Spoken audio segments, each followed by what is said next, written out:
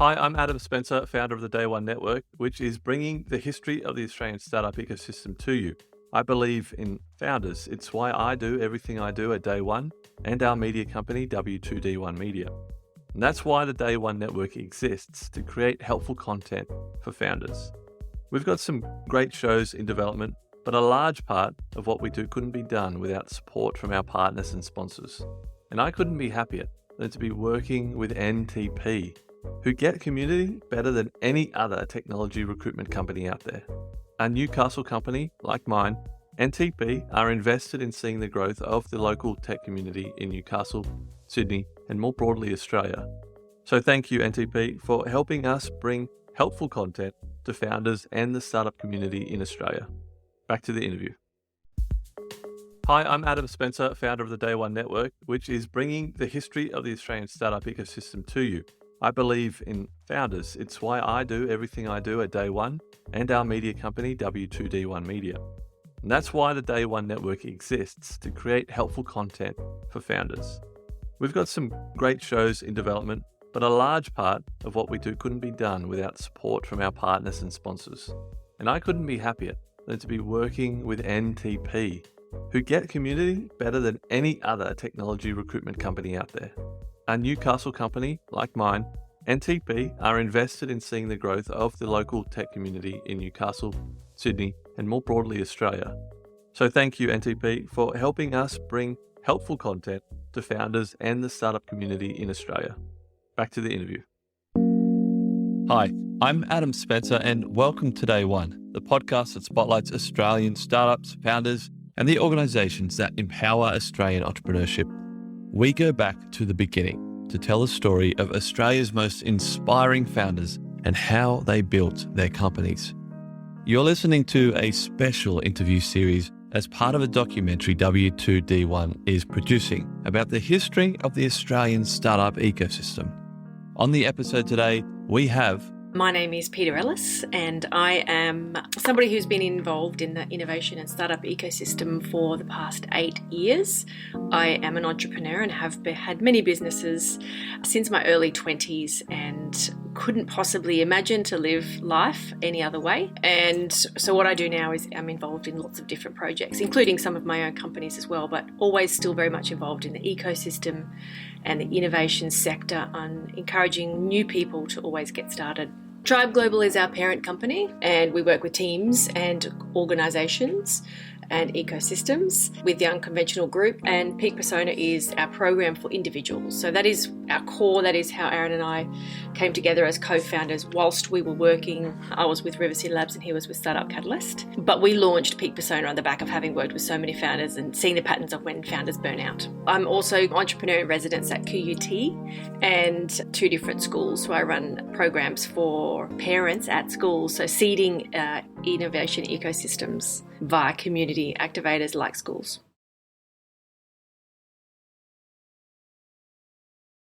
When would you say you, A, really got involved in the ecosystem, and B, when would you say it really kind of become the ecosystem as we know it today, with all the, the terminology and the infrastructure? So I got involved with the innovation ecosystem in 2012. That is when I'd already been running businesses of my own, but I wasn't even aware of the startup ecosystem. I didn't know of the terminology. Startup, I was a business owner and always started my own things.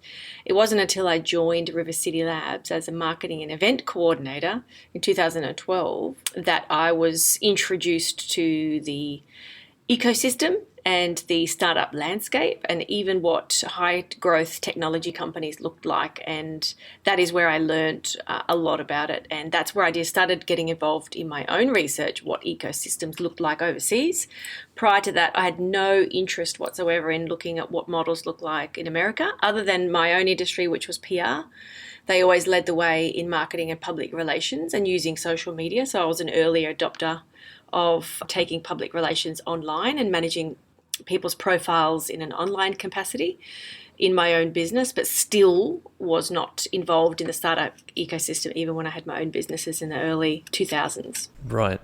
What drew you to the innovation startup kind of ecosystem? What do you find so interesting about it that you've invested so much time Interested in the startup ecosystem came about for me when I had started a job where I was working running events and doing some marketing for River City Labs, which was a very small co-working space at the time.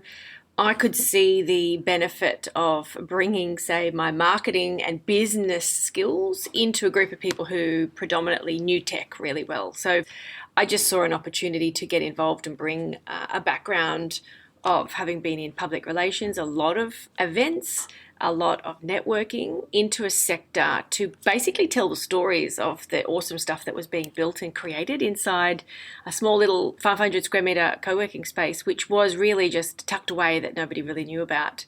So I just saw an opportunity to tell stories, basically. I thought people are creating amazing things. I know how to tell stories. How could I possibly start telling the world what these companies are working on? So it was a very hyper-local focus for me. I didn't think globally at the time. I just saw an opportunity to tell the stories of people working on really cool things. And there wasn't a lot of noise around startups at the time. People still would ask what a startup was. We still need to explain entrepreneurship and its role in industry, not just as in a back alley operation where people wearing hoodies were just coding for hours. There was a lot more to it. And I enjoyed playing that educator role. I'm just really interested to understand, alongside this fledgling co-working space that is or was River City Labs at the time, what else did the ecosystem look like in terms of support, infrastructure, community? Look, in Brisbane, and again, my focus was here because I was here. So we weren't the first. There was iLab, the original version of iLab existed in Brisbane. Other than that, we didn't have any other space. We didn't have a home for people to go to and find out events. Hence the reason why I probably had never come across the startup ecosystem, even in my ventures as an entrepreneur, because it wasn't publicized, it wasn't open to the public. You had to know someone who knew someone to get involved, if you know what I mean. So there wasn't any accelerator programs running or any other awareness. The universities weren't active. iLab was active and then later on became attached to UQ. So that was the only formal structure and organisation that was promoting anything in the space. River City Labs was definitely one of the first co-working spaces where it was a home as anybody who wanted to rent a desk or come to an event, find out some information. And it was at the stage where there were a lot of more meetup groups kicking off. Meetup was very big in terms of finding out what you were interested in, topic of discussion, personal interest, business interest, networking opportunities. We hosted most of those. So we pretty much opened our doors and offered our space to anybody who wanted to have a meetup around the topic of startups, innovation and entrepreneurship, so that we could become that central location for all of the activity. So no, it was definitely not a financially viable move to do that, but it was more of a commitment to grow the community around a common interest and be that support network for those who are having a go by offering mentors, information, resources, facilities, and a community. What do you think were the major contributing factors? What was the catalyst to, kick off the startup ecosystem? So I think momentum brought us a lot of attention. We were continuously moving. We continuously had activity. A lot of people would say that was just noise for the sake of making noise, but I do believe you have to be consistent with an end goal of bringing awareness. Our aim was always to have enough activity that we ended up getting some really clever people through to build some clever things, and then we'd have better stories to tell, opposed to continuously telling stories about things that were really grassroots. And look, to be honest, 8 years on now, there are some amazing stories that definitely grew out of those really early stage grassroots level of activity. I do think the biggest catalyst we had was a startup weekend. It was the first one that Queensland had ever hosted in 2012. It was a concept that I think Sydney might have had one or two maybe, and maybe Melbourne one, but no other states had had one. Queensland hadn't had one, so we hosted the first one, which really did put a stamp on what that formula looked like in terms of people coming together to solve problems. Off the back of that, teams were formed and ventures could really be created. There was possibly a future. Team formation was a real thing. It drew the attention of investors, becoming aware of these younger companies solving some interesting problems. So I think it gave us the marketing power. It gave us more stories to tell. Every time I looked at an opportunity with an event to host or a program to run, my lens was always, what stories can we tell on the back of that? Where is it going to get us in terms of the framing and the education? Are we doing something new? I was always seeking out, or any event that hadn't been done before, we were going to do it, simply because people were hungry for new experiences and new ways to come together. And I do believe we learn the most when we do things we haven't done before.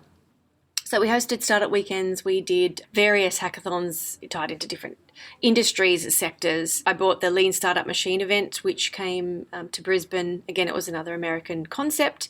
But again, it was an event where you had to unlock a certain level of people before the event could run, which made the community work hard to encourage other people to sign up to register for this event. So it activated the community in the sense that if they really wanted this event to happen, they had to invite, say, 5 other people or 2 other people. I can't remember what the numbers were, but it did become something less us preaching needed to happen and getting the community engaged and providing that space for people to host their own meetups. We would put on the pizza and drinks, and they hosted the event, and it enabled and empowered more members of the community to come together and do things that mattered to them. What are some of the biggest differences or key learnings that you drew out of external ecosystems that you've brought that thinking back to Australia? For me, it was the level of activity. We were operating at probably 1% of where we needed to be in terms of the level of engagement that needed to be happening. First of all, we needed to get people involved. We needed more. So I knew I had come from the business landscape, business world, operating with corporate clients, industry clients, had no idea about this whole other sector, which moves very fast, is very powered by tech, has a lot of smart people, just didn't have the attention and awareness. So I knew we needed more people to be getting involved. So we needed to fill the front end of the funnel with a lot of different types of people. Then we also needed to have the programs to support people to go through the journey, whether it be accelerators, pre-accelerators, any other format which would educate people on some actual proven techniques and formulas with the support. Then we also needed to have companies that were of a stage that could be invested in. So we had capital around. It also needed to be the piece where we had active investors who knew what they were doing in this space, not just traditional industries, knew what to look for and could work with those companies to help grow them as well, and then have some successes out of those so we could tell the stories all over again to draw new people in at every single stage. That was apparent to me in all of the places that I looked at. I was very involved in the co-working movement, was very closely following what America was doing in terms of the co-working spaces, what they offered. I was part of the co-working unconference, which I went to Melbourne and met a lot of other co-working operators all around Australia and globally who came to Melbourne for that global conference.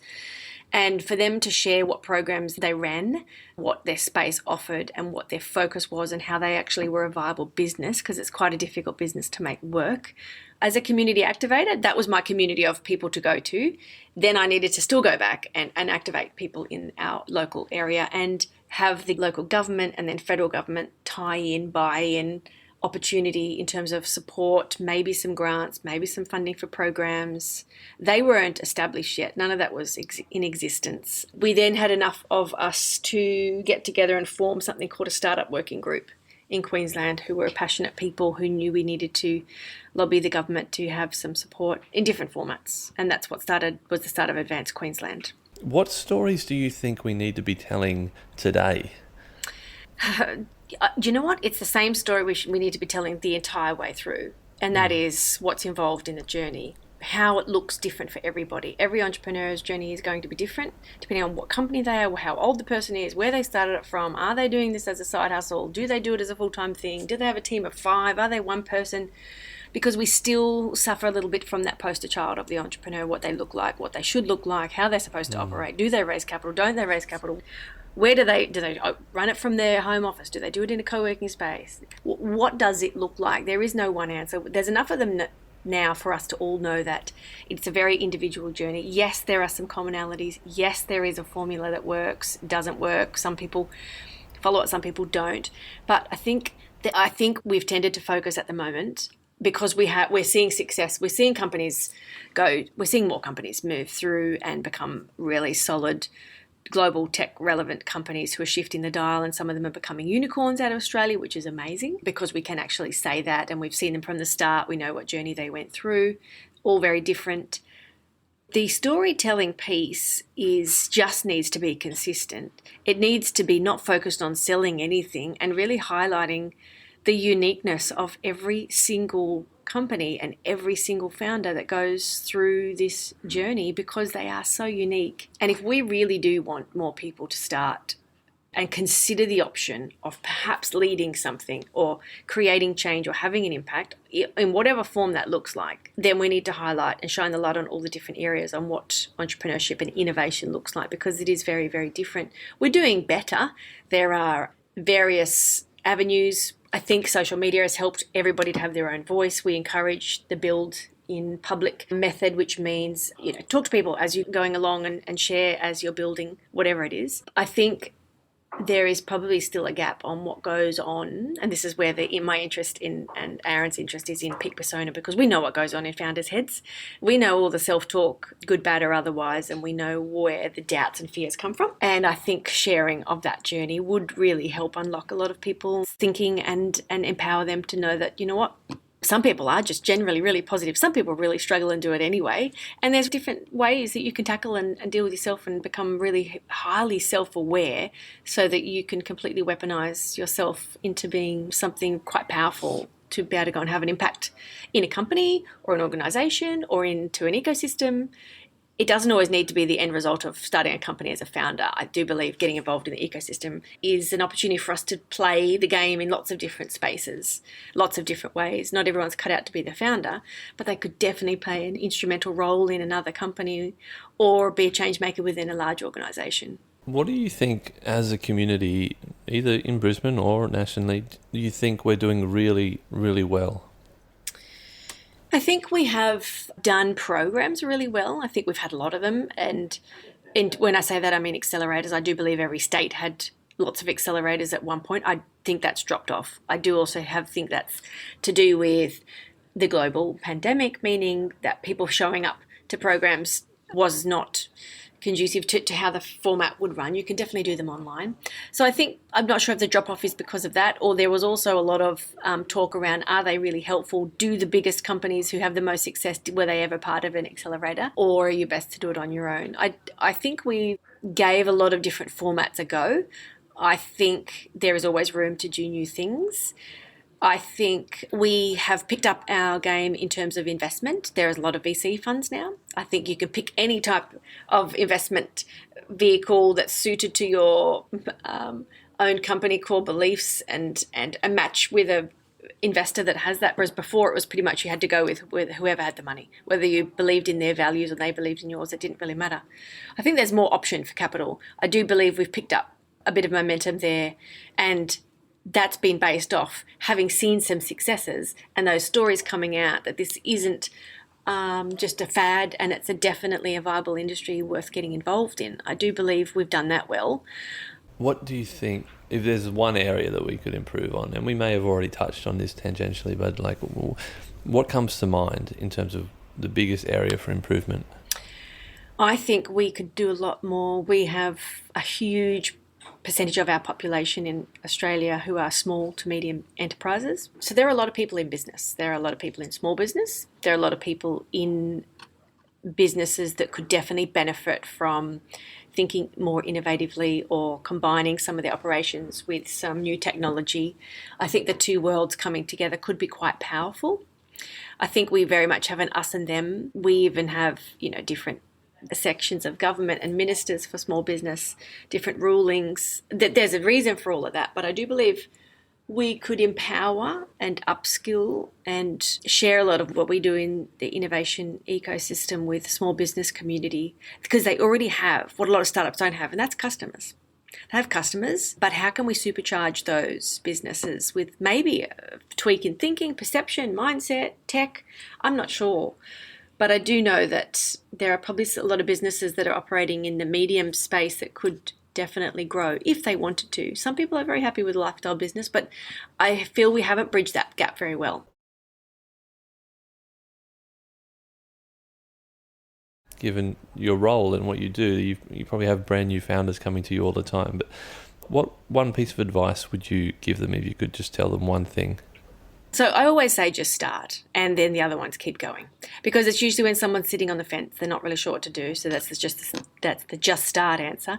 And when it gets hard, my answer is to keep going, because I speak to lots of people who have ideas, and I can give my advice on what I think is going to be good, not good, what I've seen before. But essentially, if somebody really wants to do something, they're going to do it anyway.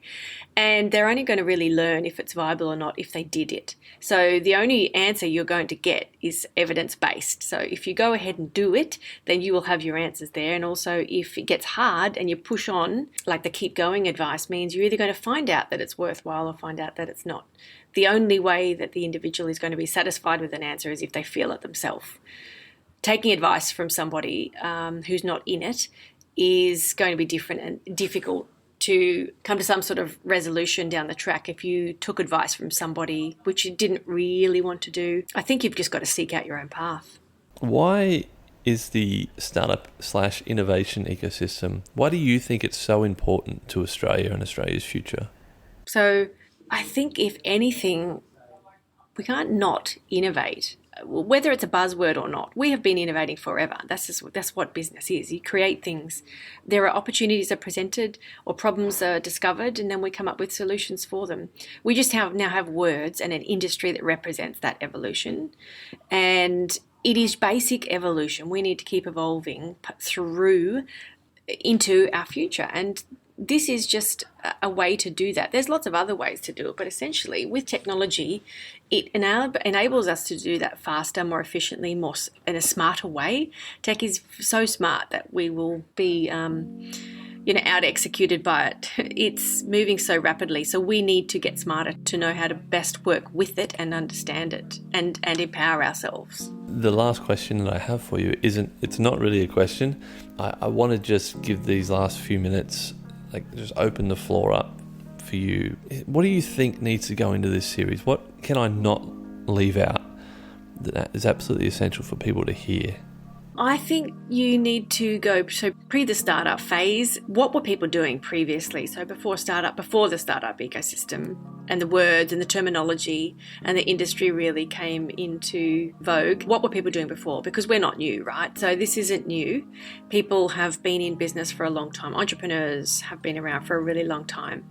I think it would be remiss of you to not include what people have done and what people did do before there was an ecosystem to support them, because there lies all the answers on what it takes to make something work. They're the ones who did it on their own, without the grants, without the program, without the support, without the co-working spaces. So if anything, they did it the harder way. They had to forge their own path, which enabled us to then come afterwards and look at what people did before. So I think going back pre-ecosystem days would be a really nice way to frame the story. If I want to tell the history, where's the cutoff point? Where do I stop? Well, you know what? I think it just depends on what type of businesses. So, I always think back to, having grown up in Brisbane, I know that Expo 88 was obviously a turning point for Brisbane because a large global event came. It transformed the city because it's like we just got announced to have the Olympics in 2032. So, of course, we're going to build for 10 years now for this global event. And who knows what will happen to Brisbane after that. But I know that Expo 88 was the same sort of thing that really, it was the first time after that we had alfresco dining and people got to dine outside in restaurants. That didn't even exist before. The cafe culture in Brisbane didn't even exist.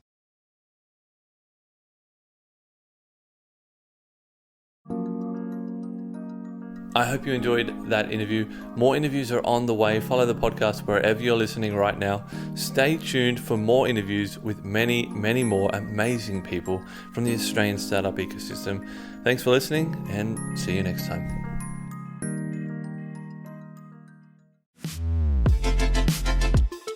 The Startup Retro is a new podcast from the team behind Overnight Success. A weekly show where we help you level up on the Australian startup ecosystem by giving you an insider's view on Aussie startups and venture capital. I'm Will Richards. And I'm Gemma Clancy. At OS, we curate the most important news and announcements across the ecosystem and explain a bit of useful context behind them. The Startup Retro podcast will follow a format familiar to our readers of the weekly newsletter, but offer an opportunity for much more discussion. So, if you want to keep your finger on the pulse of all things happening Aussie startups and venture capital, start your week by listening to the Startup Retro. New episodes every Monday, starting the 1st of July. The Startup Retro is brought to you by Day One, the podcast network for founders, operators, and investors.